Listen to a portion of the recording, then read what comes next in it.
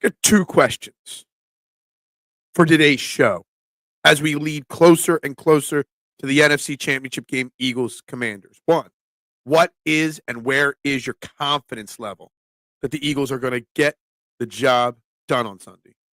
Question two, is all the pressure solely on the Eagles? We're going to discuss that and more. Trending in the AM, we're live taking your thoughts and opinions in 30 seconds. Pop, pop, pop, pop, pop, julep. Pop, pop, pop, pop, pop, julep. Pop, pop, pop, pop, pop, julep. Pop, pop, pop, pop, pop, woo!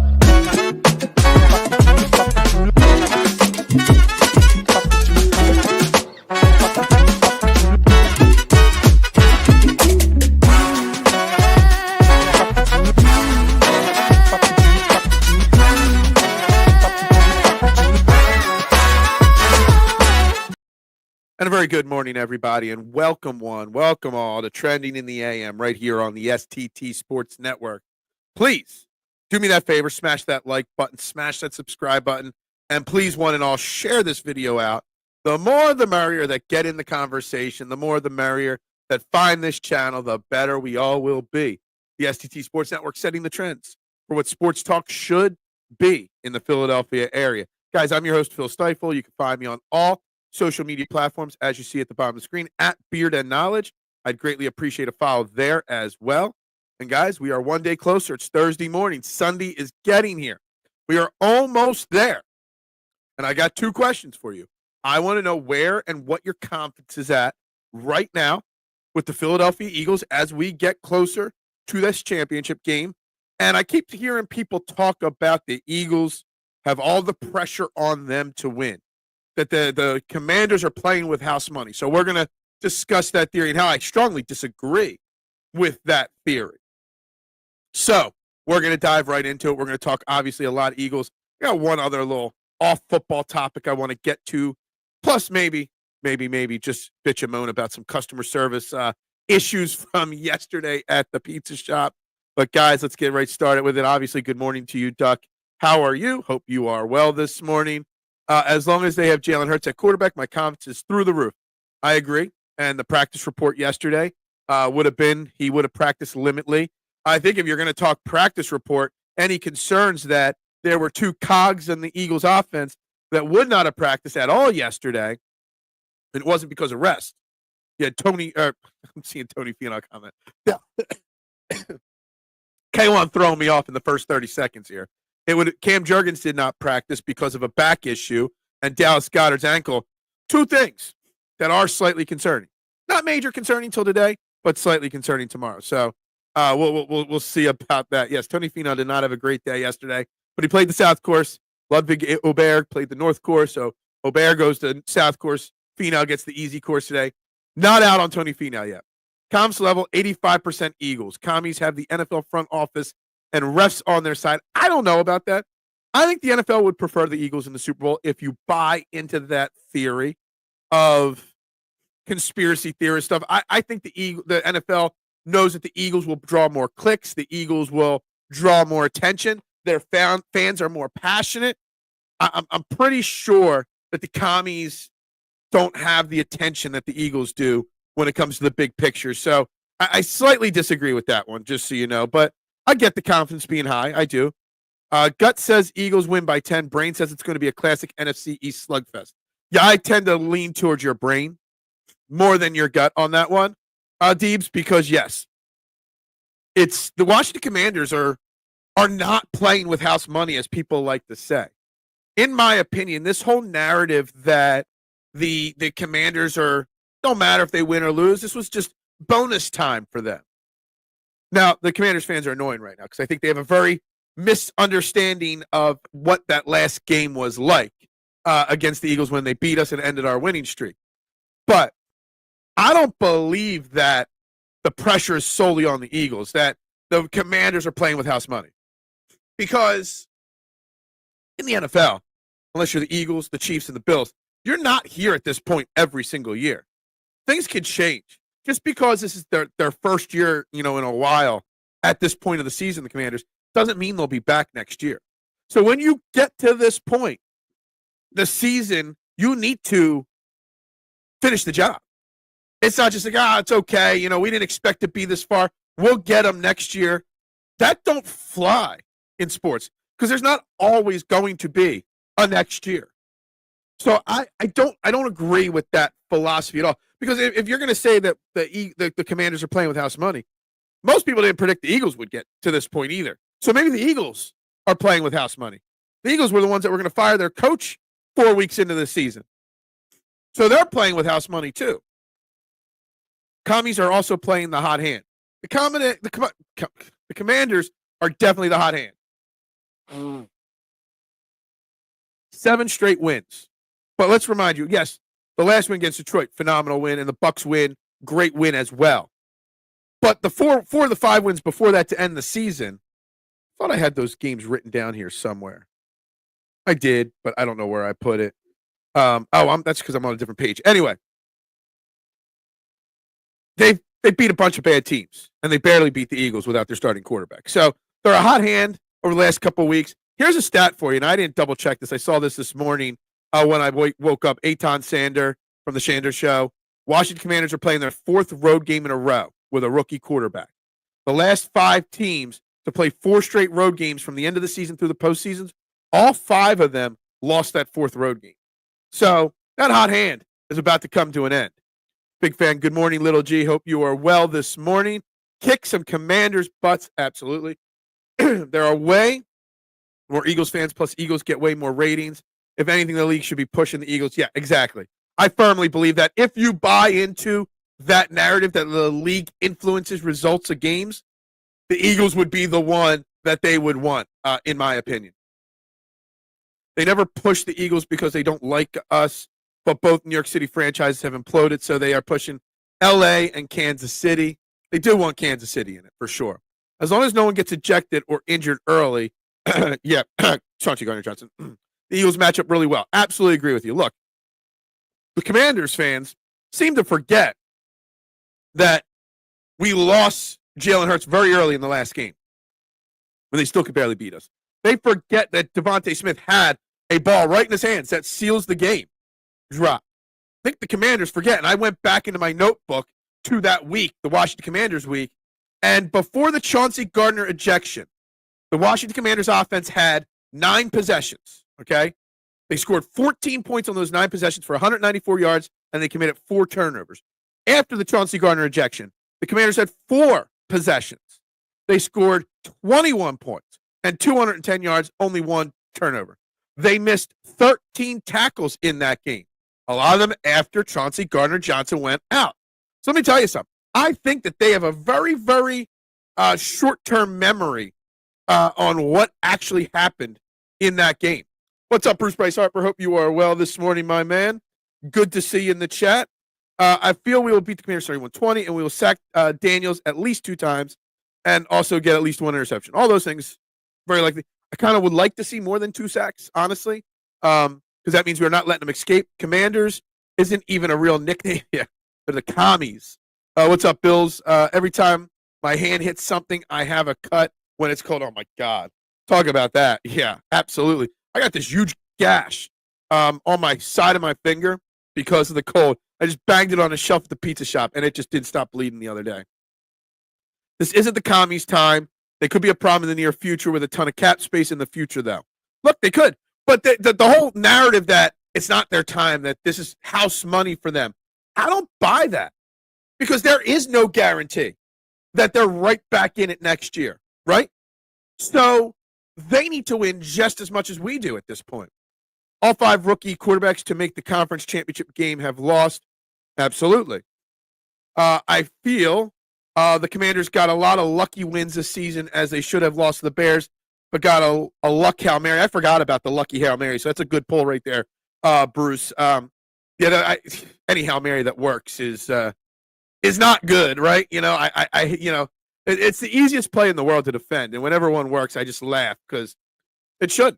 Thumbs up, please. Yes, everybody hit that like button. There are currently 13 people in the YouTube room, so we're getting there. We were at 17 a few minutes ago. There should be at least 13 likes on this video, so please hit that like button. Please hit that subscribe button, guys. Greatly appreciate it. We're at 376 subscribers. The march to 500 continues. slowly, but it's getting there. So 124 more to go, guys. Let's get that done. They also failed to realize that our quarterback 2 kept going 3 and out. Yeah, look, Kenny Pickett actually did enough to win that game. If Devontae Smith doesn't drop that pass over the middle, the whole outcome is different, right? So they got a Devontae Smith drop, and they had a Hail Mary. That was 2 of their wins right there. So, look, the Commanders are a very good football team. I am not going to ever take anything away and not respect our opponents at this point. To make it to the championship game, to be one of the final 4 teams in the NFL, you got to be doing something right. And Dan Quinn's got them playing really good football right now. And they believe this season's success only reinforces what a disaster Ron Rivera was. I actually think that's a very fair comment as well. Absolutely. Ron Rivera, Riverboat Ron. I mean, I think we talked about it on this show last year, whatever network I was on at that time. How Ron Rivera should have been fired way sooner than he was. But I think he was last year a placeholder while the ownership change was happening. But Ron Rivera was a disaster. Stiefel and 12 at the conclusion of the regular season match. I remember thinking commies did not put up much of a fight to the mighty Eagles. Luck is part of the game. Absolutely. Luck is definitely part of the game of all sports, for sure. The league needs to penalize quarterbacks for flopping. There's only one quarterback that really, truly flops, and they would never penalize him. I will get into that soon. This march to 500 is like Pickett's charge, dude. It is a drag. It is a drag to try to get to 500 subscribers. Let me tell you. I tell everyone to tune into your show. Thank you. I appreciate that. I hope more and more people do. And I wish the people that are watching that haven't subscribed would hit that subscribe button. It should. It should be that easy. Penalize quarterbacks like Pickett for stopping to get hit on purpose. Yeah, Pickett did kind of almost got away with that one. Hurts is not shameless like Mahomes. No, he is not. I love a really deep conspiracy theory. Should I share it with you? Oh, my God. I don't even want to know what your conspiracy theory is today, mister, but share it, and I'll address it, and maybe I'll say it, maybe not. I don't know. We'll see what your theory is today and whether I address it or not. You need a little luck in this league. You need a little luck in life in general, right? What does the Jimmy Buffett song say? You just need a little love and luck, and everything will be fine. I wish I would have heard that song before my marriage because that would have been our wedding song. Love and luck, that's all you need in life. And in football and in sports, you just need a little luck. Most of Daniel's scrambles go to the right side, or in Burks has to be an unsung hero. So here's my question about that, Beebs. And look, we already heard that they planned on, going to Trotter Jr. at some points in the game, but then Burks was playing so well. Is Trotter a little faster? Maybe. Do we see more Trotter in this situation? I tend to think no. I tend to think that you'll get mostly Burks, if not all Burks again. Go with the experience, the guy that played in the Super Bowl last year. I don't like rookie players getting their first crack at playing time, basically, in the NFC Championship game or the Super Bowl next week.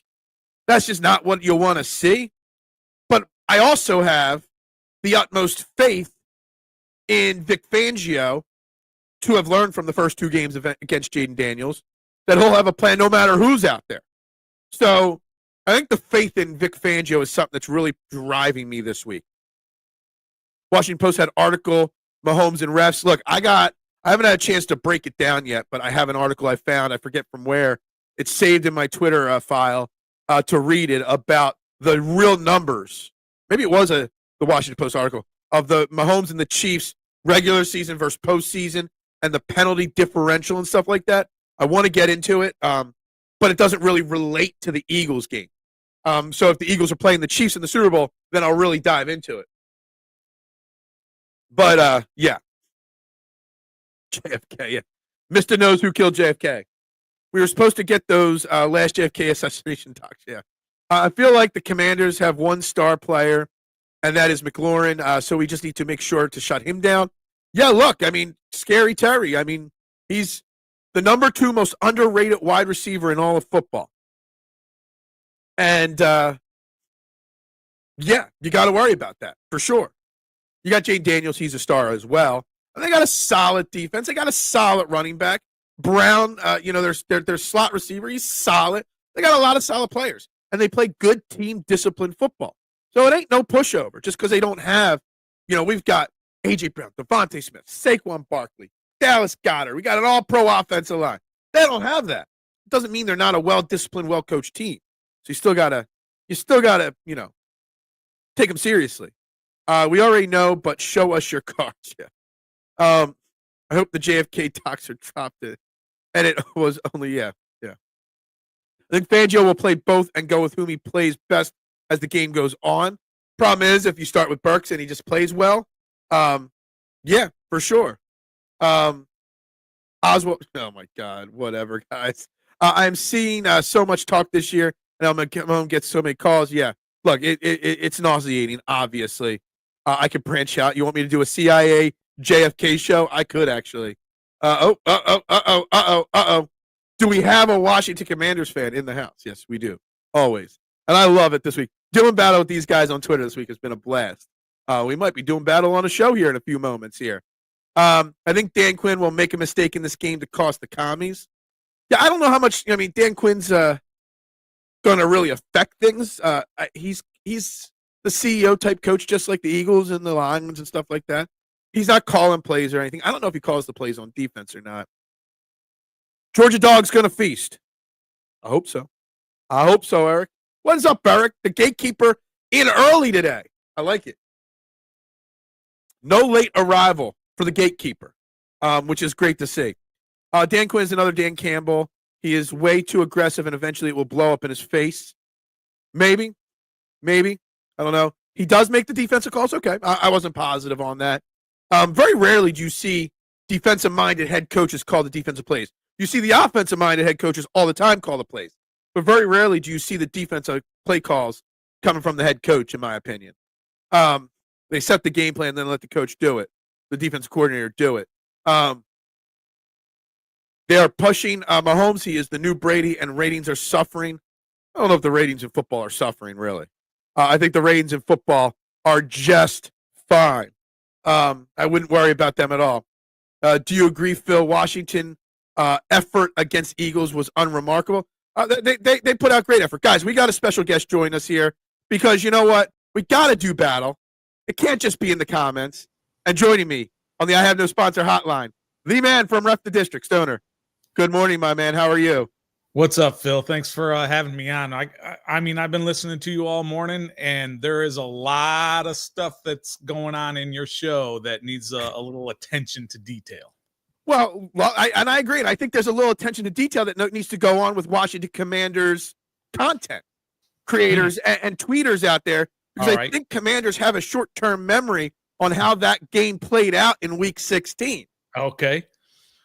Well, before we get into that, can I ask you a question? Because I really find this is not Commanders people saying this. This is the national narrative, and I'm really having a hard time agreeing with it, that the Commanders are playing with house money, and all the pressure is just on the Eagles to win this game. Because I really, truly believe in sports, and we've seen this a lot lately with other Philadelphia teams. There's no guarantee that you're going to get back to this point next year. Do you believe that it doesn't matter if Washington wins or loses, that, hey, it's just nice to get to this point? Yeah, there's a little bit something to that, and let me kind of explain that. Expectations are something that play into that narrative, right? When you get into the beginning of the season, Philadelphia was a Super Bowl contender. They were expected to get at least to this point where they're at in the NFC Championship. Washington is coming off a 4-win season, a 61% roster turnover, a head coach, a brand new head coach, a rookie quarterback. They didn't bring any big stars in during the offseason. So there were zero expectations for this team. So to be where they are right now is at this point playing with house money. Just to make the playoffs was a really big deal. Right. Then you go on the road and you beat Tampa. Then you go on the road and you beat Detroit. So yeah, they are at a place right now as fans, we're just kind of happy to be there.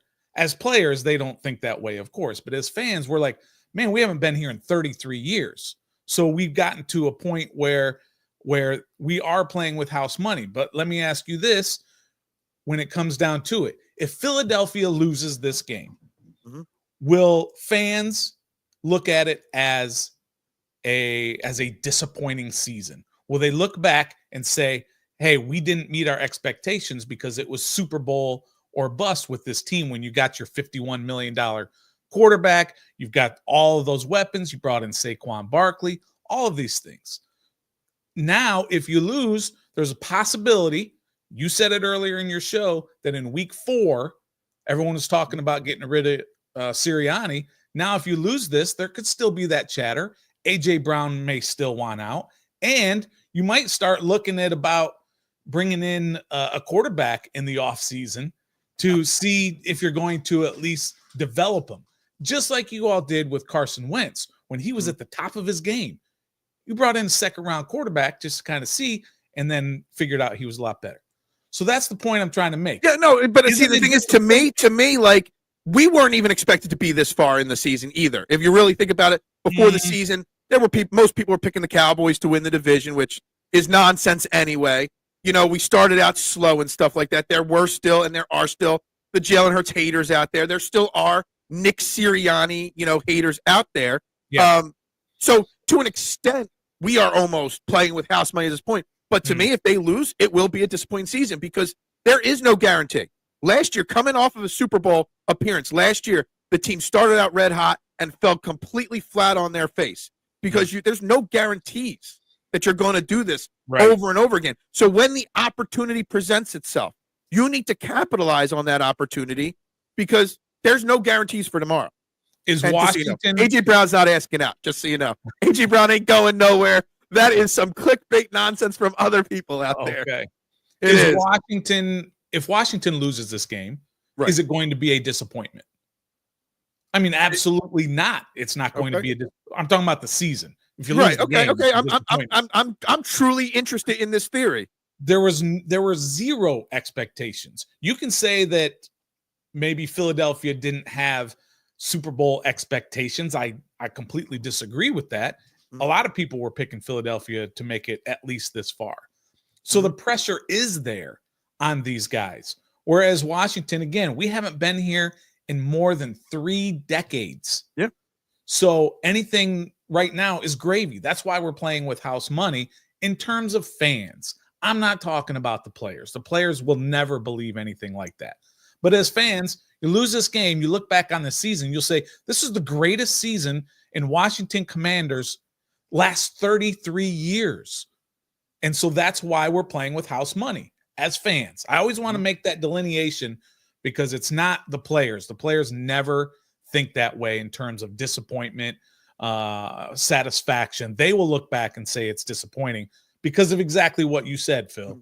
You can't take these opportunities. Well, think about it. Until they said it, I didn't realize it was this number. This is our 8th NFC Championship game since 2001. Yeah. We've only got 1 Super Bowl victory in that time because you just never know. You've got to capitalize on those moments because you just never know. You guys did not expect to go 33 years without an appearance in a championship game. Yeah. You know what I mean? So when these opportunities present themselves, and you guys have had in the past 33 years moments in time where you thought the tides were changing with the Commanders. Maybe it was RG3, maybe it was Kirk Cousins, whatever it may be. You guys thought there were times where it was changing, and then something happens and it doesn't work out. That's why it's so important to, hold the standard up there and capitalize when that moment comes. Yeah, absolutely.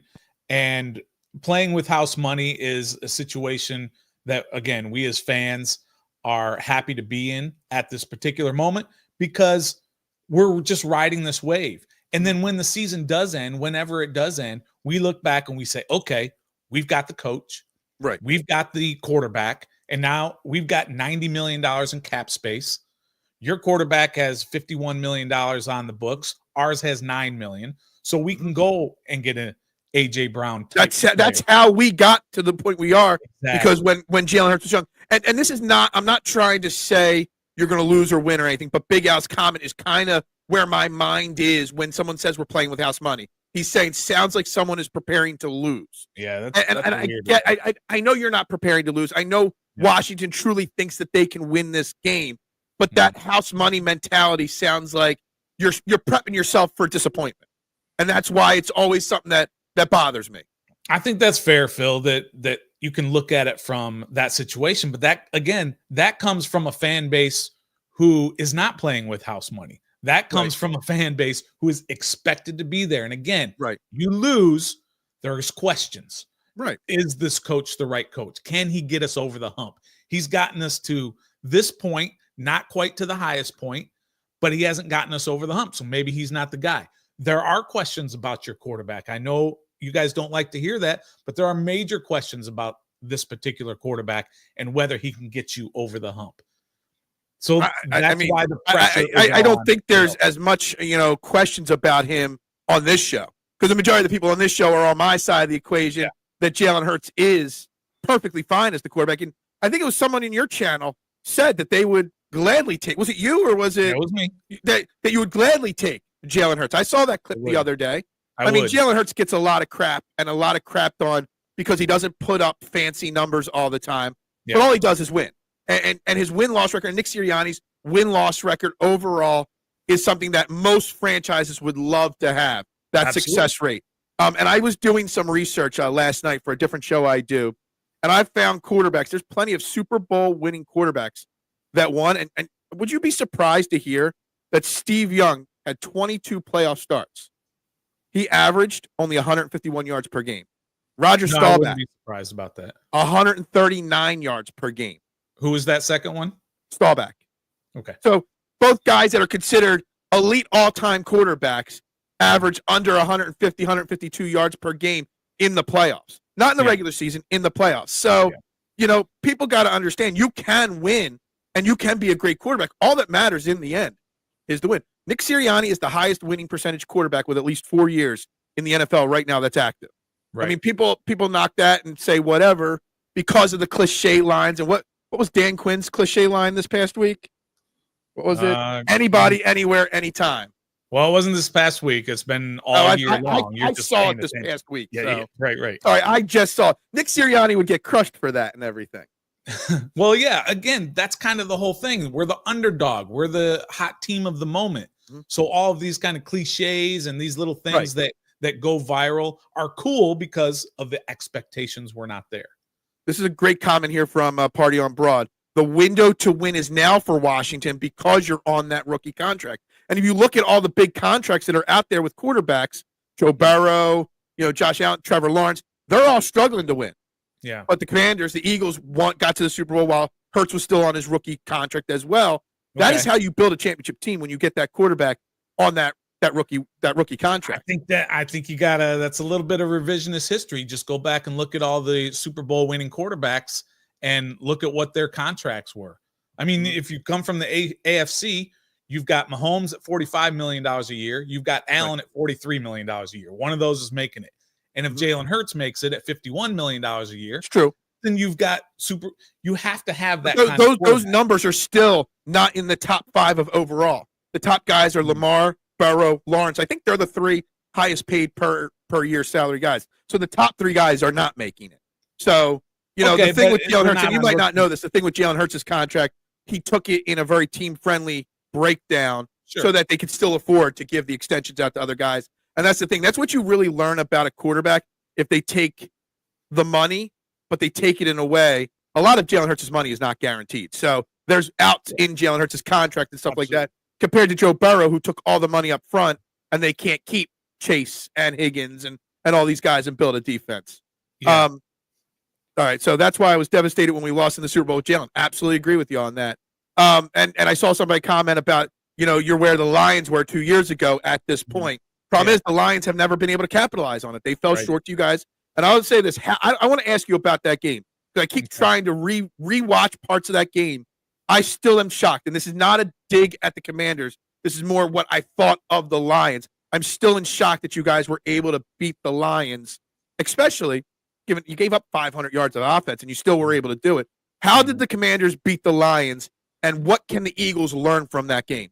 Well, the 2 things that really stand out to me in that game in particular is that number 1 is the best defensive player for Washington is, and I'm not stuttering, so hear me out. The best defensive player for Washington is Jaden Daniels, because of his ability, number 1, to sustain long drives, convert fourth downs, to keep drives going, and keep their offense off of the field, and to be able to put up points and force Detroit to stop giving it to Jahmyr Gibbs and start throwing it with Jared Goff. And when you force Jared Goff to throw the ball, he's going to make mistakes. And that leads into point number 2, which is Washington forced 5 turnovers, 4 interceptions, and a fumble. Now, one of the interceptions was on a trick play by Jamison Williams, and that was pretty much of a goofball play. But again, there's a team that's got all that pressure on them because they're expected to win this game, expected to be in the Super Bowl. They've got all this pressure. Now Jaden Daniels is running up and down the field on them and putting up all the points, and Detroit's like, oh my gosh, we got to do something crazy. We got to do something special to try and hang with this offense. So yes, they put up a lot of yards and even put up 31 points, but Washington made the stops when they had to. They made interceptions in the end zone. They made interceptions in the middle of the field, and they caused fumbles and then capitalized on the one interception that they ran back for a pick 6. So Jaden Daniels has to do that, and this is what he did against Detroit. Going back to your question, is he forced them to do what they don't want to do on offense. Jahmyr Gibbs was running all over the place on Washington in that game, but then you get into the second half and you're down 14 points. You can't keep giving the ball to Jahmyr Gibbs. You got to throw, and that, looking forward, is kind of the plan that Washington's going to have for Philly this weekend. Yeah. And another comment coming in late here on the house money is a myth, and I agree with that. So, we look at the Lions game to learn, and we got to look back at the 2 games that the Eagles and Commanders played this year. Yeah. And Party on Broad, this is exactly what I keep saying, because there's a lot of flexing going on by Commanders fans. I'm not saying from you guys, but fans from that last game late in the season there, where you guys ended our 10-game winning streak. I'm sorry? Yeah. There's flexing from us, too, at Ref Edition. Okay, yeah. I mean, there is. I'm trying to be nice, glorifying the game where they barely beat Kenny Pickett. Yeah. Do you guys realize that you knocked out Jalen Hurts, whether it was a clean hit or a dirty hit? I believe it was dirty. I think Frankie Louvu is a question. There's a lot of people, not just in Eagles Nation, that aren't happy with the way Frankie Louvu's playing and taking shots at quarterbacks, but that's beside the point. You beat Kenny Pickett, and Chauncey Gardner-Johnson got ejected, for trash talking because he made one too many your mama jokes, out on the field or whatever it may be. And I've got the numbers here. Before, and the Jalen Hurts thing was a big deal, obviously. But before Chauncey Gardner-Johnson got ejected, you guys had 9 possessions in that game. You had 4 turnovers and only 14 points. The 4 possessions after he got ejected, you put up 21 points and over 200 yards. Yeah. Chauncey Gardner-Johnson's not getting ejected. I'm not trying to say Chauncey Gardner-Johnson is the key to our defense. I think he is a huge part of our defense. And when you lose that back-end safety that guards the back end, that opened a lot up for Jaden Daniels. Do you guys realize that, you guys beat us fair and square, whatever. It happens. We ended a 10-game winning streak there. But do you understand that why Eagles fans feel that there's a little excessive flexing on that game? Yeah, I think it's fairly understandable, Phil. It's not like we're out here saying we're a better team than Philadelphia. Right. We're not saying that at all. But in this particular game, yes, you lost your quarterback. That's a massive deal. Yes, absolutely. You lost a safety. I think that's a little excessive to say that he was the key to everything defensively for Philadelphia in that one game. It coincidentally lines up that the fall apart happened when he came out of the game. And you said it. It's a coincidence. I don't think it's a matter of if he's in there, they're going to stop Washington. If he's not, they're not going to stop Washington. This one particular player, he's key. I understand it. He's a good football player. He's a guy who can make plays on the back end for Philadelphia, or better yet, he can stop Washington from making plays. But that game was definitely something that, if you look at it from Washington's side, that's what we do, right? Phil, you're going to look at everything from Philadelphia's side. Absolutely. That's what I do. You look at it from Washington's side. They had 36 points, Washington did, and turned the ball over 5 times. So in that game, they could have scored a whole lot more than they actually did. Saquon Barkley in the first half went off for 127 yards and was gashing Washington, just killing them. Jalen Hurts goes out, and all of a sudden Washington says, well, fine, we're going to let Kenny Pickett beat us. because we don't think he can in the end. We think we can score more than him. And in the second half, Saquon Barkley had 23 yards rushing total, and they shut him down. So from Washington's standpoint, offensively, Philadelphia's number one defense could not stop Washington. And defensively, Washington did just enough, which has been their MO all year, do just enough defensively to let your rookie sensation go in there and win the game. And that's what they did in the second game. And I'm telling you, I'm trying to kind of lean towards in this game that's what Washington's going to do in this game. They know Jalen Hurts is not 100%. Jalen Hurts kills Washington with his legs. Jalen Hurts does not kill Washington with his arm. It's just proven out. But Philadelphia is much more than Jalen Hurts, and that's why they're so dangerous. Saquon Barkley is a massive, massive problem. I'm not telling you anything that you don't know. Yeah, we so here's the question. Like, you could stack the box. You're not the first team to stack the box against Saquon this year. I mean, he's over 2,000 regular season yards. There's a chance if we win this game and play in the Super Bowl, in his first year in Philly, he's going to be the all-time Eagles playoff rushing leader in one playoff run. That's how great of a season he's having. The Rams tried stacking the box in the snow, last week. The Packers tried to in the wild card round, and he still was. What is Washington? What did they do so well to stack the box and stop him? Or is there something that they did that, I'm not trying to say they got lucky, but, whether Jalen Hurts is injured or Kenny Pickett's out there, stacking the box doesn't always necessarily work. So why did it work that time, and why can it work this time? Well, it did work, stacking the box. That's exactly what Washington did in this game. That's what does work, because you're not afraid of Kenny Pickett getting outside the pocket and making plays with his legs. Now with Jalen Hurts injured, you're not afraid of Jalen Hurts getting outside the pocket and beating you with his legs. That's the biggest storyline, I think, to this entire game is Jalen Hurts' injury. And he's going to play it off, and he's going to say, I'm not hurt. He's going to say, I'm 100%. But we're going to see on Sunday that Washington is going to stack that box, as they did against Kenny Pickett in the second half of game number 2, and was able to shut down Barkley. And they're going to say, go beat me with your arm. And Jalen Hurts can do that, but that's not what he's good at. That's not what he's best at.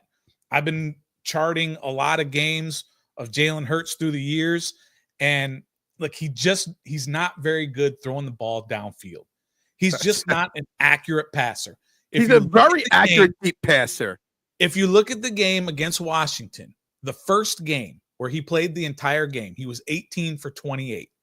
Of those 18 completions, two of them were more than 10 yards air yards. Only this 2. year, that's not happening. But in the past, Jalen Hurts has shown to be a very elite deep ball thrower. Yeah, but I will also caution you that a lot of his deep balls are, I'm not trying to besmirch him, okay? But a lot of his deep balls are 50-50 balls, and he's got better athletes down there. Absolutely.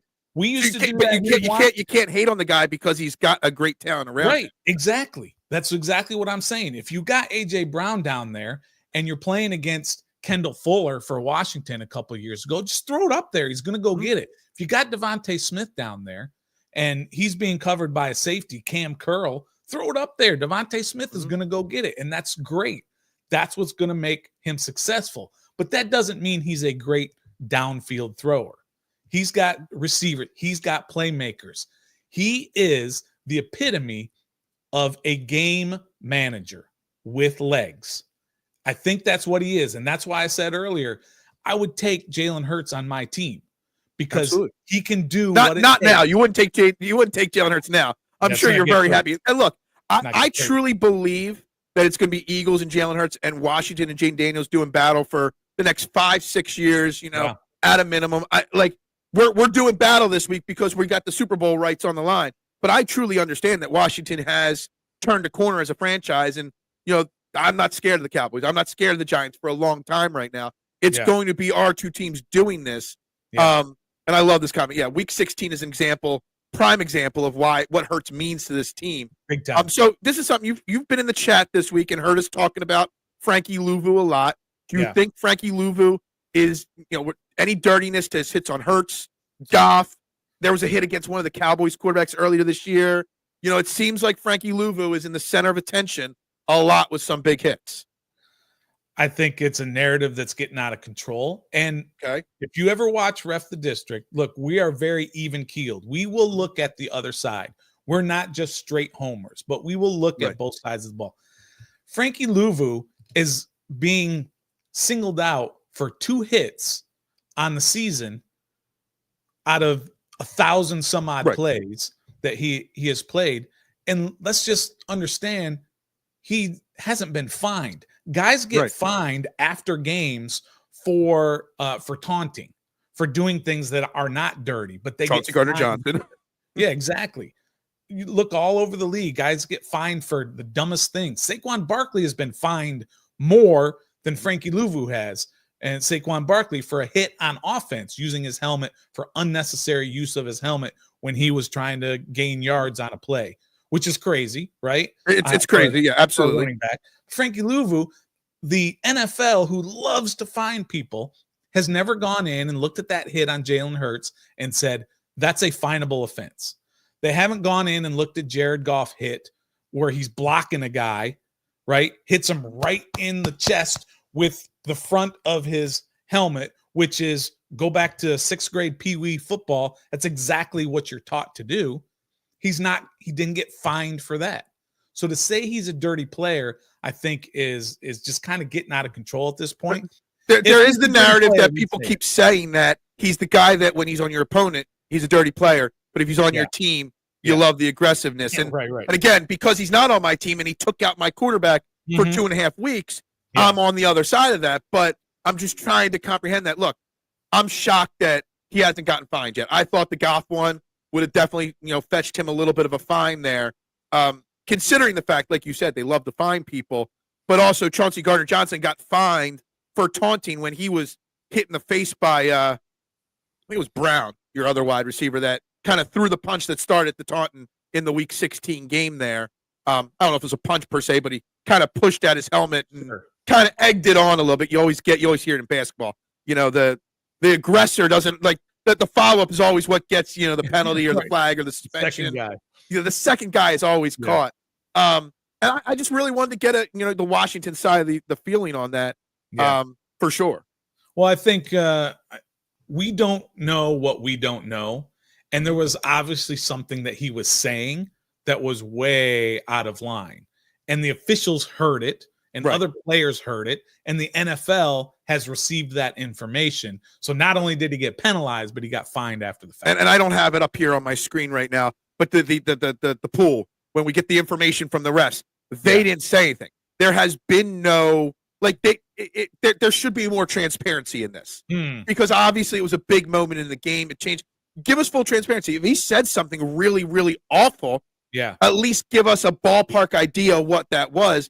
Because right now we're making jokes like, did he make too many your mama jokes? And, is that what got him ejected? It's like, there should be more transparency from the NFL in this situation, because there's already enough question marks, just big picture in the NFL, about the officiating and the NFL driving a narrative. I'm sure you guys have the conversations about refereeing in the NFL and the narratives of they want X team versus Y team, in a Super Bowl and whatnot.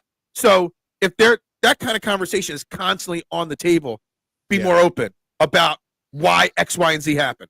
Yeah, but there's a lot of politics involved. He could have said something that was so bad that they don't want to put it out there, and then have this guy get attacked by political groups or fans in general. And so they're just going to kind of keep it under wraps. So I think there's a lot of politics that goes into what information that they're releasing. But the fact that they did fine him afterwards, even though, like you say, he kind of took a punch from De'Ami Brown, right? Obviously, he said something that was way, way, way over the line, because, again, not only did he get a flag, but afterwards, when they look at it, he got fined for doing exactly that. So there's something going on there, and they just don't want to put that out there for political reasons or political correctness reasons. I mean, there was some talk about conspiracy theories right before you joined the show in the Yeah. chat, just a big picture, conspiracy theories, going on. You're down there in DC in politics land. So, Mhm. we know you know that. So there are a few Eagles fans that, don't like Jalen Hurts or think that we're going to lose. And I don't know how much time I got with you, but I try to keep it, pretty short here. So obviously you're a Commanders fan. I'm guessing you think the Commanders are going to win. If you had the game script in front of you, you could see the future. How do you see this game playing out? And, how is Washington going to beat the Eagles, or are they, or where's your confidence level? Yeah, my confidence level is pretty high, just because it's ridiculous at this point to bet against Washington, having won 7 games in a row, having gone into Tampa Bay and beating the 3 seed, having go into Detroit and beating the 1 seed. But this game is going to be one of those games where you can't, as a Washington fan, you can't look at what's happening in the first half and think, okay, we're getting our butts beat and this game is over, because Washington has proved over and over again that they can come back and they can do things in the fourth quarter, especially. Mm-hmm. You guys saw that in game 2, what Jaden Daniels did in that fourth quarter, putting up 22 points in the fourth quarter alone. So that's the kind of game that I'm looking at. Philadelphia went up 14-0 in that particular game, and Washington ended up coming back and winning because Philly couldn't stop them defensively. This, I think, is going to be the same kind of game. Philadelphia is going to get their points. There's too many playmakers. There's too many weapons on that team to be able for Washington to be able to say, well, we're just going to shut them down. No, Philadelphia is going to get theirs. But you can't bet against the greatest rookie quarterback to ever play in the NFL. And if you have a hard time believing that, just look at any metric. Look at any metric with Jaden Daniels, and he's special. This is not a one-year wonder. This is not a guy who came in week 14 for a backup or as a backup and came in and relieved the starter and has gone on some little magical run. No, this guy's been there from day one. He played 5 years of big-time college football and just got better and better and better. He's been doing it for 19 games. Mm-hmm. And Phil, if you look at it objectively, he has no weakness. Find me a weakness of Jaden Daniels. He's got Aikman's arm. He's got Lamar's legs. He's got Brady's brain. He's got Breeze's accuracy. He's got Peyton Manning's dedication to getting better. He's got Patrick Mahomes' moxie. He has no weakness. He can go right. He can go left. He can throw deep. He can throw short. He can run. He can throw on the run. He's accurate. He's got a great arm. His decision-making is off the charts. So never count out Jaden Daniels. This is obviously the toughest game that Washington is going to play all year. It's for the big kahuna to get into the Super Bowl. So it's going to be a shootout. It's going to be a game that's going to go back and forth. Washington has to do just enough. You got to win the turnover battle. Can I cut you off for 1 second? Because I want to ask you, do you think, because I know you put up 36 points against us. Yeah. But this Eagles defense, that's the most anybody put up against us. Yeah. We averaged less than, even with that 36 points, our defense averaged less than 18 points per game given up. Sure. And some of those were, special teams. There's a lot of other things involved in that. Yep. Do you really, truly think that one game, shows that you guys can do it again? The total points. I'm not saying win or lose. I'm just saying you're saying a shootout, and I keep hearing that word shootout from you. Yeah. And I'm like, I think it's going to be a close game, but I don't know about a shootout again because this defense is that special of the Eagles. Well, if you say that, if it's not going to be a shootout and it's going to be a lower scoring game, then that means Washington's defense is going to hold Philadelphia's offense to well under their average. And I just don't see that. This is a defense that is middle of the pack. They're a decent defense, but they've got to force turnovers. Both teams, Philadelphia and Washington, have forced 6 turnovers in the playoffs and have not turned it over themselves. Something's got to give there. And whoever wins this turnover battle is going to win the game. It's not going to be who rushes for the most yards or who throws for the most yards or anything. It's going to be the turnover battle. I just think it's going to be a shootout because you got to stop betting against Jaden Daniels. You just have to stop doing that. He's proven it over and over and over again. He's on a run. He's one step away from the Super Bowl to be the first rookie quarterback to ever start in the Super Bowl. I can't bet against him. And given all that logic and everything that I've seen, I hate to do it because I can't bet against him. I've got Washington winning 34-33. Gotcha. That's a really close game. Look, we got Steve Stoner from Ref the District. If you want to blow up a Washington Commanders podcast, go do it. These guys have been doing a great job for a long time. I have one final question that I would get crushed. And I'll catch up with the comments in a second, guys. I've fallen real behind on them, but we'll get to them in a moment. Yep. Every guest that comes on the show has to be asked one question, or I get criticized massively for not asking it. Okay? You can only watch one movie for the rest of your life, and it has to be either Goodfellas or The Godfather. Which one are you choosing and why? I mean, Goodfellas, because of it's kind of a more recency effect, right? Mm-hmm. Because it's a little bit better filmmaking, in my opinion. Godfather can sometimes be a little bit slow. Mm-hmm. And when it was made, they have just so many. I mean, some of their dissolves in that show are, 10-second dissolves from one shot to the next. And this is very underrated. A lot of it is in, you have the underneath because they're speaking Italian. So you have to have like you have to read the subtitles. Yeah. Yeah. The subtitles. Right. And that one gets me a little bit annoyed, even though I watch every show with subtitles. Yeah. But that gets a little bit annoying. Goodfellas is just a little bit more recent, a little bit more modern. Goodfellas for me, brother. Absolutely. All right, guys. Make sure you guys check out Rep the District this week and go give them your worst as the Eagles are going to beat the Commanders this week. Bring it. Bring it. I love it. I'm having a blast with you this week on social media and in the chat, my man. Thanks a lot, man, and we'll talk soon, all right? It's all in good fun. Appreciate you, Phil. It absolutely, until the Eagles lose, then it's no fun. Right. See ya. All right, that was Stoner right there on the I have no sponsor hotline. Let me reset this real quick, guys. Let's get back to the chat here in 1 second here. But you guys are watching Trend in the AM right here on the STT Sports Network. Please, if you haven't already done it, hit that like button. Please, if you haven't, hit that subscribe button. There are 23 people in the YouTube room right now. There should be 23 likes on this video right now. So please like, subscribe, share, do all that, and let's get to the comments. I know the Pump Man put some negative Hurts things in there, but let's catch up. Daniel's going to get hit hard soon if he doesn't start sliding. Yeah, absolutely. See Vic. Absolutely. The best Hurts is the game manager with upside. I agree with this 1,000%, Duck. There's nothing wrong with being a game manager. I got the stats here. I gave you guys the stats. Steve Young averaged just over 150 yards a game in his 22 playoff games, and he's an all-time great. He's a Hall of Famer. Roger Staubach, under 140 yards. Here's one from the 50s and 60s. 4 championships before the Super Bowl. Earl Morrall had a 53.7, average passing yards per game. They stacked the box because they knew Pickett was not yet. But they also know that Jalen Hurts isn't 100%. And stacking the box doesn't mean anything. I really wanted the Eagles to sign Frankie Louvu last offseason. Yeah, he's one of those guys I kind of feel like is going into the path of he's well-liked if he's on your team. You hate him when he's not on your team, right? And I am shocked he didn't get any penalty or any fines or anything like that. Hurts might be the best quarterback in the league before the ball is snapped. No huddle, audibles, level it. Absolutely. And I don't think enough is made about the checkdowns that Jalen Hurts did, Nooms, during the 2 big Saquon Barkley runs.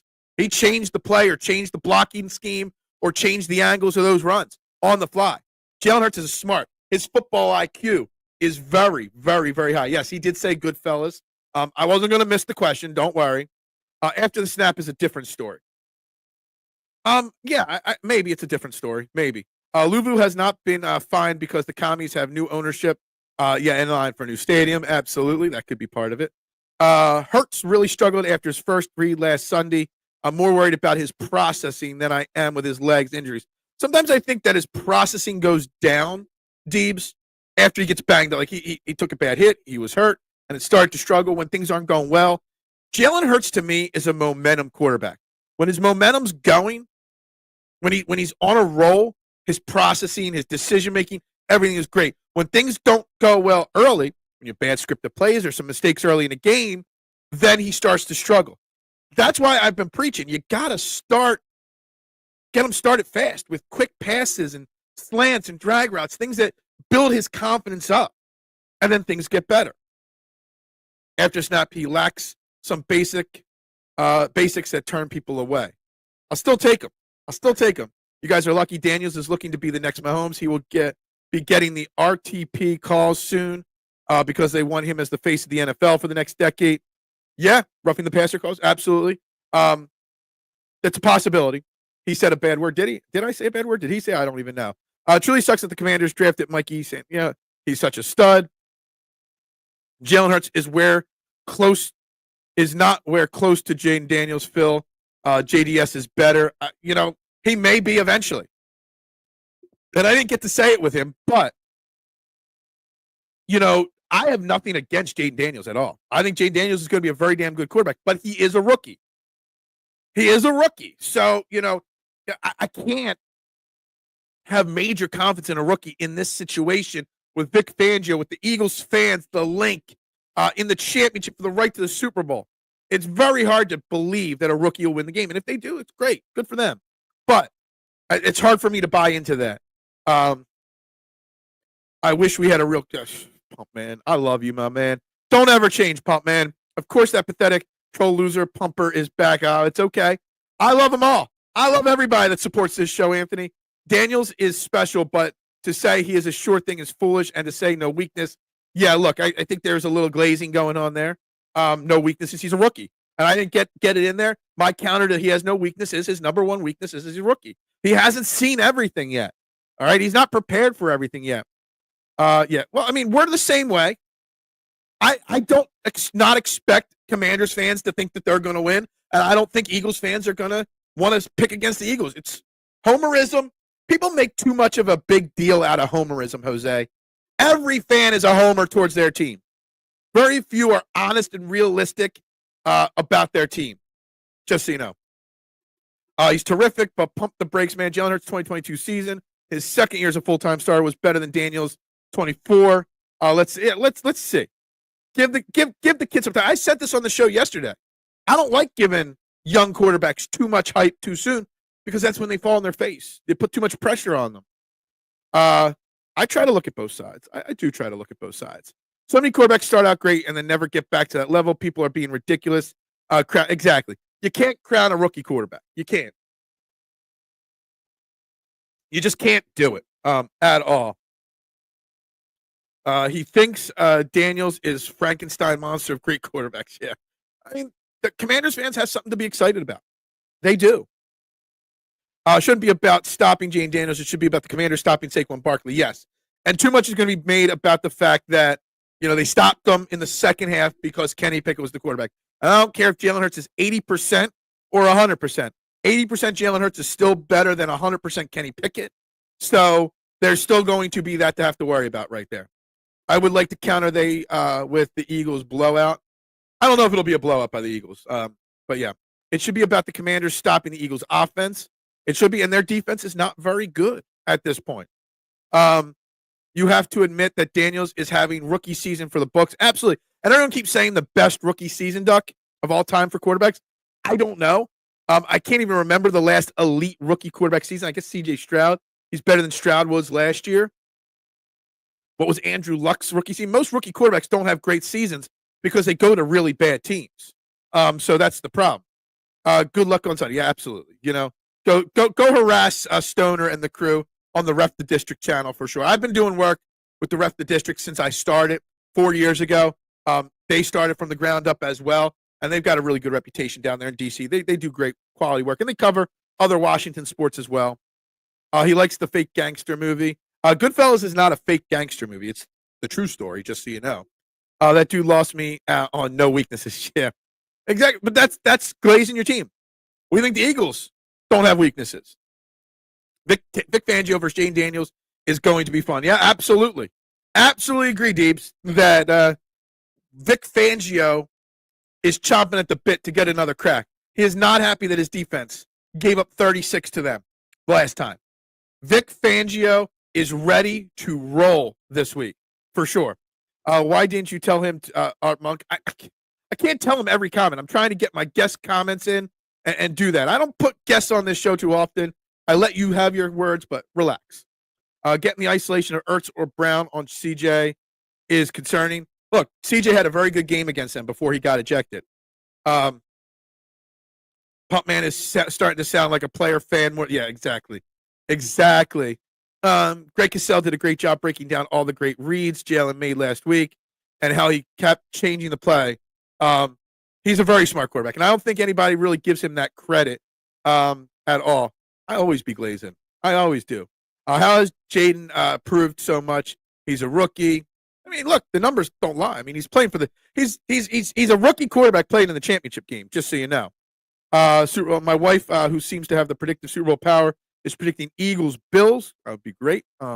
Washington was a really bad team. Give Daniels, I give him the credit. What they say, yeah, they had 4 or 5 wins last year, whatever it was. Would be shocked if Hurts didn't become a quarterback coach or OC. I don't know. I'm not sure if that's in his personality, but maybe you might be right.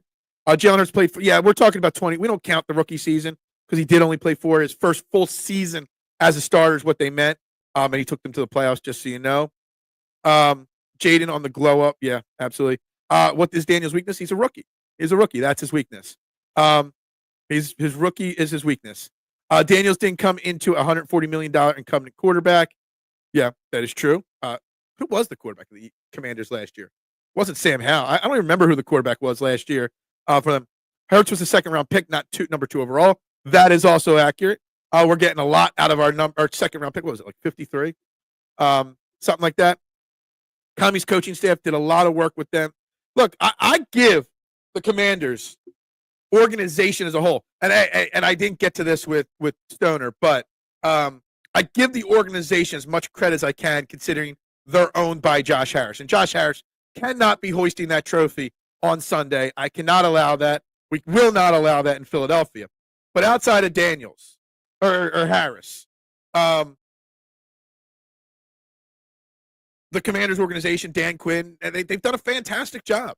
They really have turning that organization around. And like I've said, we are going to be doing battle with the Commanders and the Ref the District crew and Commanders fans for many years now, with Daniels versus Hurts, with Quinn versus Sirianni.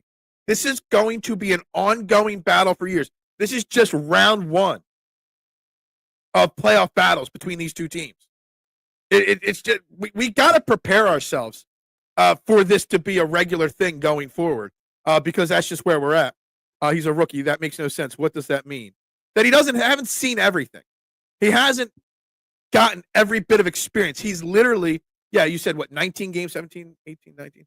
Yeah, this will be his 20th game of his career.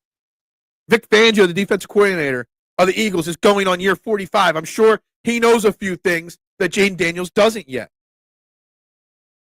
There's a reason why this is the greatest rookie quarterback season of all time, because this doesn't happen often for rookies. So there is things that he might not. Heineke wasn't the quarterback still last year. That was like 2 years ago, right? Hal played all 17 games last year. I can't even. Last year was so long ago. I can't even remember who played quarterback for them last year. Daniels misses linebackers and safeties in zone coverage and is susceptible there. There's a good piece of information. If Washington stacks the box and leaves Brown and Smith on an island against any cornerback, it's a piece of cake. I fully, truly expect A.J. Brown to rebound this week. A.J. Brown did say in after practice yesterday that his knee, physically and mentally, he's feeling better about the knee, so that's a good thing. He's not going to come out and have another bad game like he had last week, because he obviously had probably his worst game in his career with the Eagles. Devontae Smith wants revenge for dropping that pass that would have sealed the Week 16 game. And I know, every game, all the time, there's always games that people have dropped passes and the ball bounces one way or the other. So I'm not saying that's why we lost that game. But Devontae Smith catches that ball 99 out of 100 times, and he's going to want the revenge on that. We won't know what Daniel's weakness is until next year. Give all the defensive coaches an offseason. Exactly. You just look at the difference between rookie C.J. Stroud to second-year C.J. Stroud. Rookie C.J. Stroud was lighting the world on fire. He was the next coming for the NFL. This year, they figured him out. They still won the division. They still won a playoff game. But he definitely had a different outcome of a season, perceptive-wise. Daniels be busting. Look, I'm going to give Daniels all the credit. As soon as Saquon was signed, the Eagles were destined to reach the Super Bowl. I love that video, Jose, of Saquon talking about his daughter finding out that he was going to play for the Eagles, and his daughter says, "So what, we're going to win now?" And I love that video. Love it. They will end up paying Daniels $200 million for 5 years. That's a pretty cheap deal if that's the case. Remember when RG3 was going to be the thorn in our side? For absolutely. And that's why I say this pressure's only on the Eagles, that it's only important for the Eagles to win doesn't make sense to me, because you just never know. You just never know with football players' careers or anyone. We look at the Phillies. We thought they were going to be in the World Series every year when they got to the in 2022, and they lost to the Astros, and they haven't been back yet. We thought the Sixers at some point, whether it was Ben Simmons, Jimmy Butler, James Harden, or Paul George, at some point we're going to make a championship run. They haven't. Just because they're there, you got to capitalize on your moment when your moment hits. And guys, we're pushing 30 people in the YouTube room. Please, you're watching Trend in the AM on the STT Sports Network. Like this video, subscribe. There should be 28 likes on this video. We should have more than 376 subscribers right now on this channel. Hit that like, hit that subscribe. I'd greatly appreciate it, guys. Please do your worst. Ref the district, Mark Rippman. I remember Mark Rippman so well, too. Going to be interesting to see Adam Peters try to build a team when his quarterback has a $55 million cap hit. Absolutely. And I saw someone comment on Hurts' cap hit being like $21 million next year.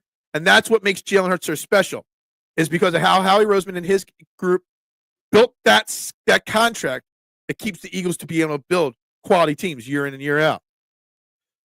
I don't think Vic Fangio needs to do anything different against Daniels. It's all on the players executing, wrapping up. Yeah, I said it. The Eagles missed 13 tackles. Jalen Carter missed 4 tackles in that Week 16 game, just so you know. Would not shock me if Blankenship or Bond picked him off. Absolutely not. It wouldn't shock me as well. I was such an RG3 fan. That rookie season was Derrick Rose-esque. I, right from the get-go, had questions about RG3. When they drafted RG3 in the top 5 pick, whatever it was, and then they drafted Kirk Cousins the same year, and I was like, that tells me that they're not sure about him from the get-go. He was going to dominate the league for years. Yeah, absolutely. Injuries, style, maybe he just wasn't good enough. I don't know. Zach Bond and Jalen Carter will be Jaden Daniels' kryptonite. Love to see it. My biggest factor for Eagles defense is Jalen Carter not over pursuing when they get free. Absolutely. Jalen Carter's playing on a different level right now. He just is. His worst game of the year against Washington in Week 16, 4 missed tackles. He's not going to do that again. Jalen Carter is going to straight dominate. What's up, Chucky boy? How are you doing today? Long time. Happy New Year to you as well. Good to be back. Good to have you back. Glad to see you in the chat, my man. This is where we go every single day. Make sure you hit that subscribe button, my man. Problem was RG3 was Snyder's bestie, same as LeVar Arrington. Well, anybody that's Snyder, yeah, Daniel Snyder was. I think we would have all agreed, even with the ref the district, he would have said Daniel Snyder was awful.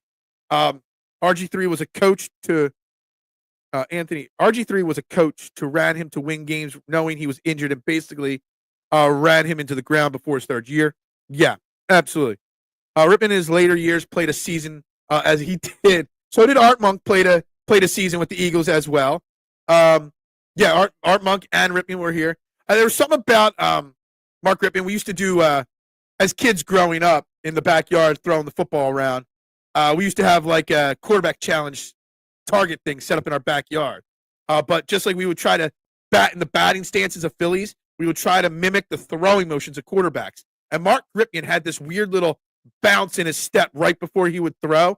And I used to have the Mark Ripman, he would double clutch the ball like this, jump up and down before he would throw the ball.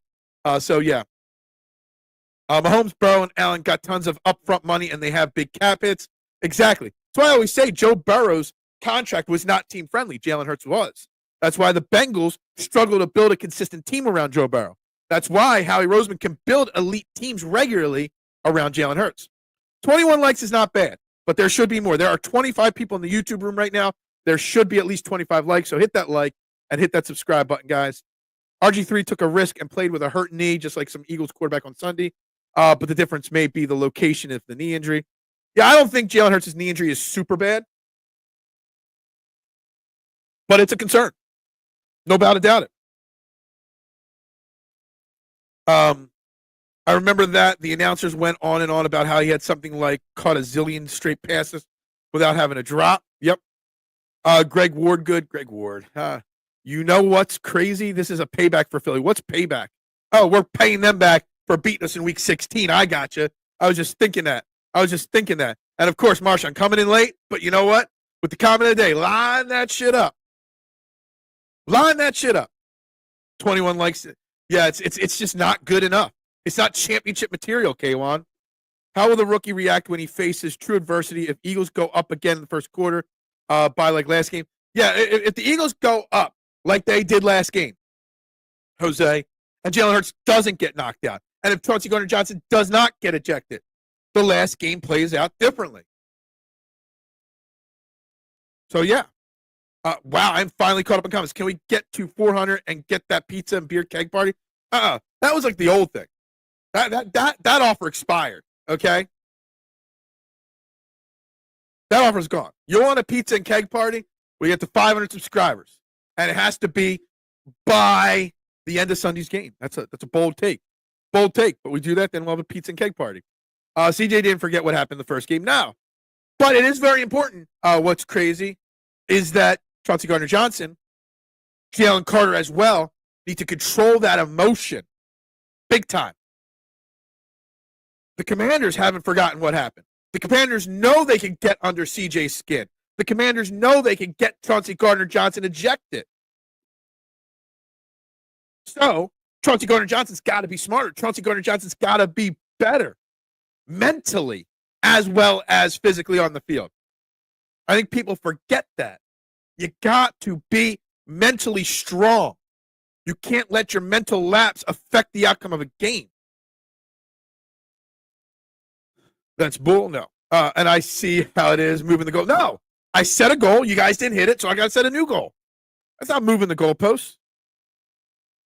We've been played like it's... No, you're playing me. You guys are playing me. You don't know what he is good at. You a Washington fan. Who? What? Me? I'm not a Washington fan. What are you saying? I'm no Washington fan. Unfortunately, I don't think it's ever game over for either of these teams mentally, but you can easily envision any outcome with either of them. Yeah, I like this. NFL goal achieved. To have two teams going up against each other that have no clue how it's going to play out.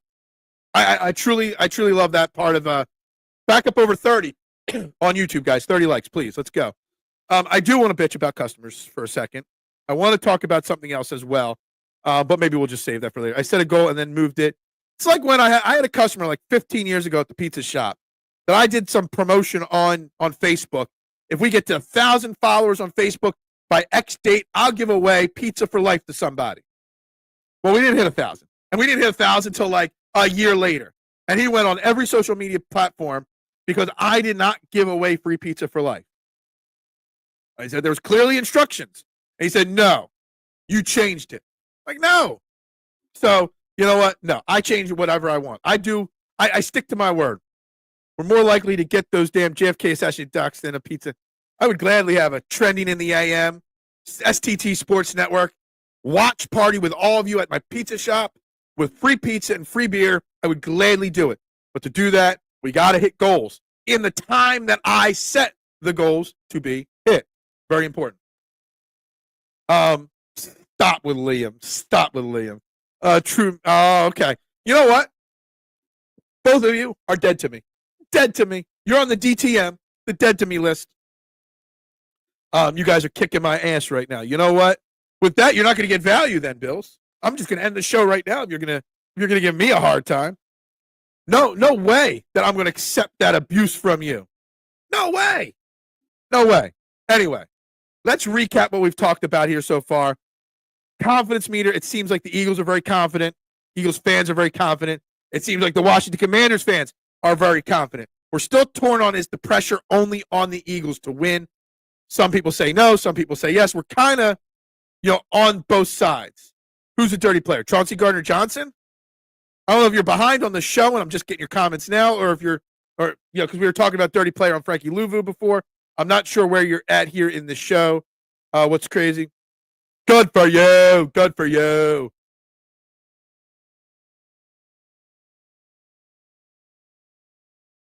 So anyway, back to it here.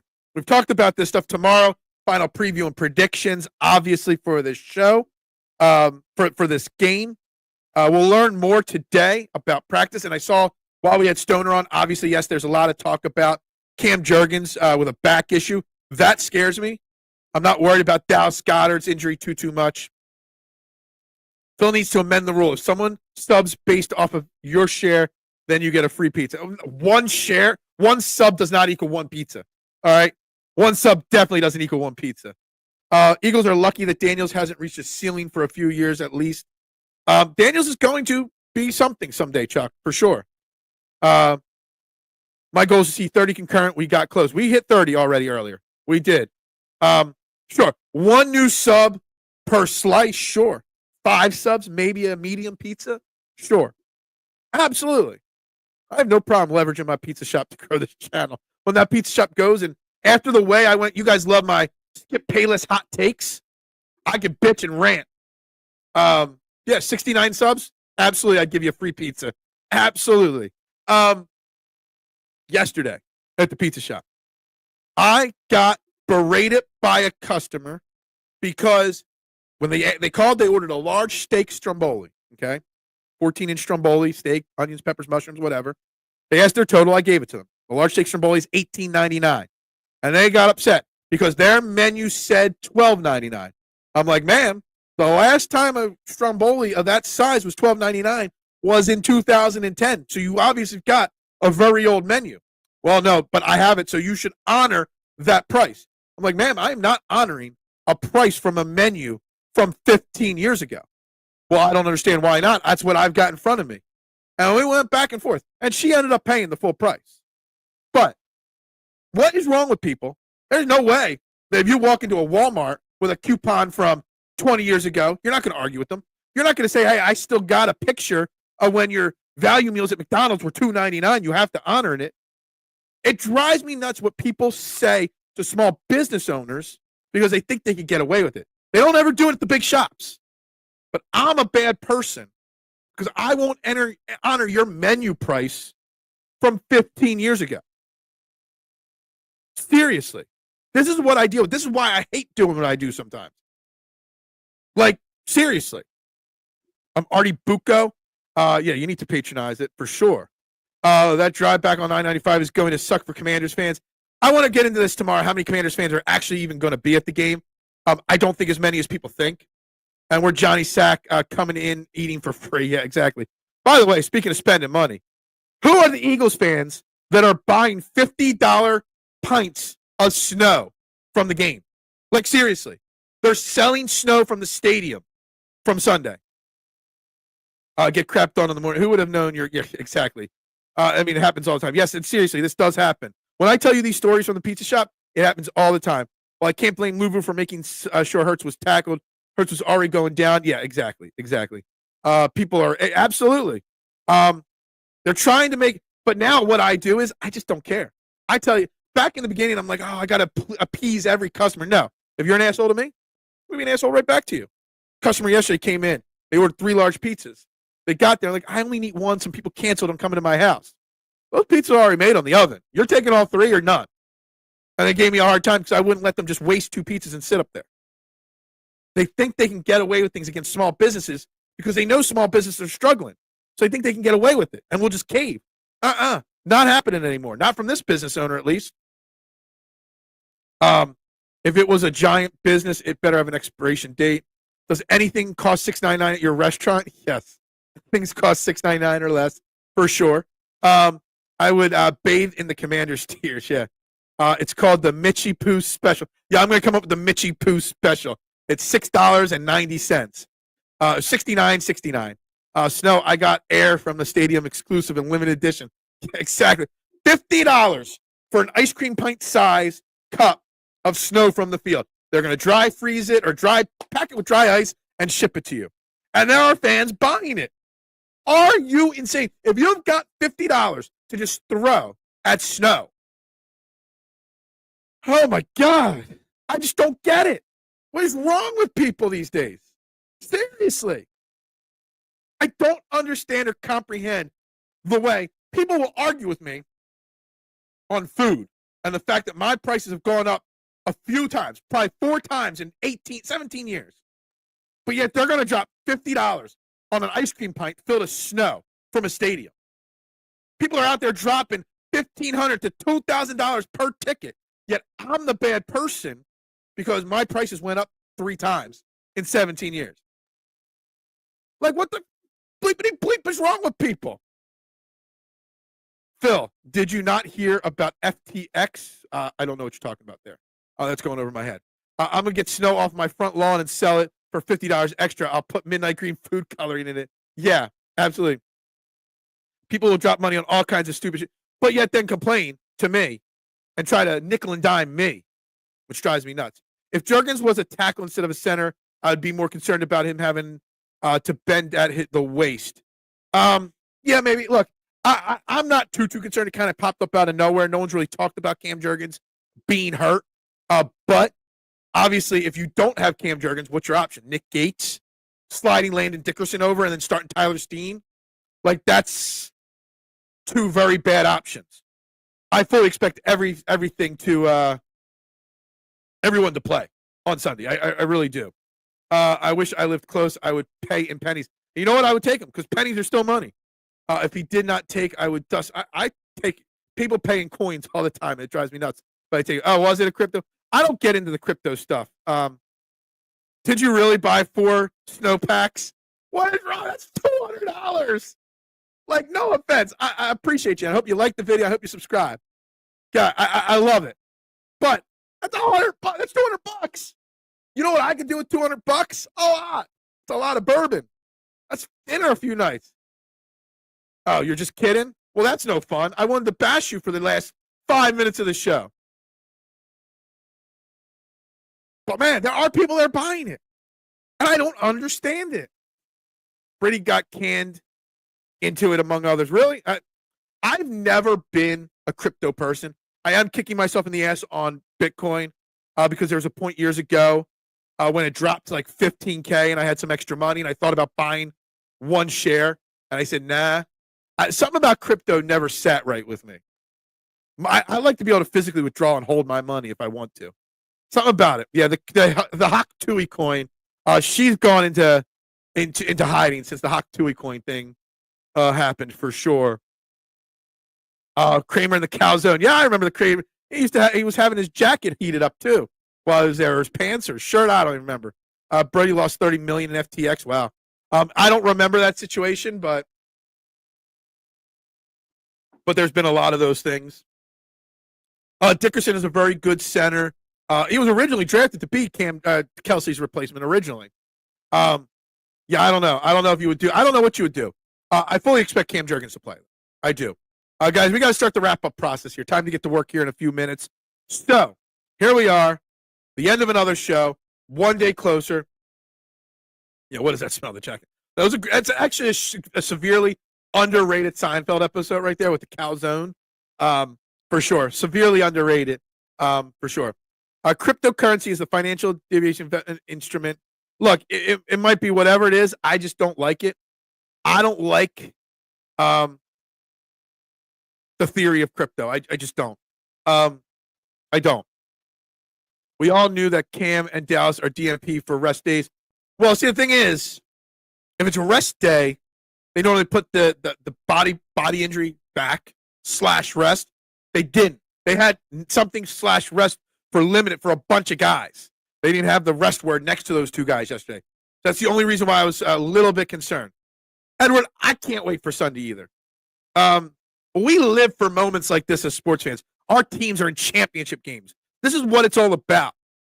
And not just like, it's not just simple. It's literally like a great battle, 2 division rivals. Some would say Washington's a bigger rival than the Cowboys for the Eagles. It's just that Washington hasn't been good for a long time. I can't wait. I'm itching for Sunday so bad.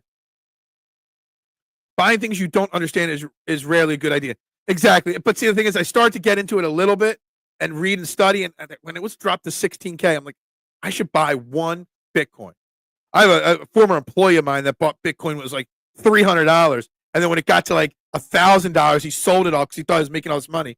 I know he hates that thought all the time. You're like a 70-year-old. I am a 70-year-old inside. T-minus 4 days. I'm ready. Phil, it's called a head fake. Oh, okay. Only gold is money. Everything else is credit. It's a good point. JP Morgan. Allen better piss off with 150 passing yards. Yeah. Is that it? We'll get into the Bills Chiefs game a little bit tomorrow as well. We'll see how much value time I give you guys tomorrow. But that's why I start the wrap up about 10 minutes early. So I started to wrap up, and then here we go. 5 minutes have gone by, and we're already at 125. Guys, please hit that like button, subscribe button, share button, and make sure you check out the Ref the District, because at some point later today, I'm going over onto their channel. Okay, I'm going on the Ref the District channel later today, and I don't know if it's just gonna be me and Stoner again, or if Trev and any of the Ref the District guys will be there or not, or if it just be Stoner. But we're doing more work, so make sure you check them out, so you can see me go on a Commanders channel and support the Philadelphia Eagles. Rivieras S is in the jackpot. Ron Paul K1 2028. Is that what you're rooting for? All right, guys. So with that being said, guys, I got to bounce. I got to get to work. So as always, thank you all very much for another great episode. Thank you very much for those that liked and subscribed and shared it out. Please, if you haven't, like, subscribe, share. I'd greatly appreciate it. But with that being said, guys, this is the end of the show. Go Birds. We'll be back tomorrow. Bubbles up. Pop, pop, pop, pop, pop, julep. Pop, pop, pop, pop, pop, julep. Pop, pop, pop, pop, pop, julep. Pop, pop.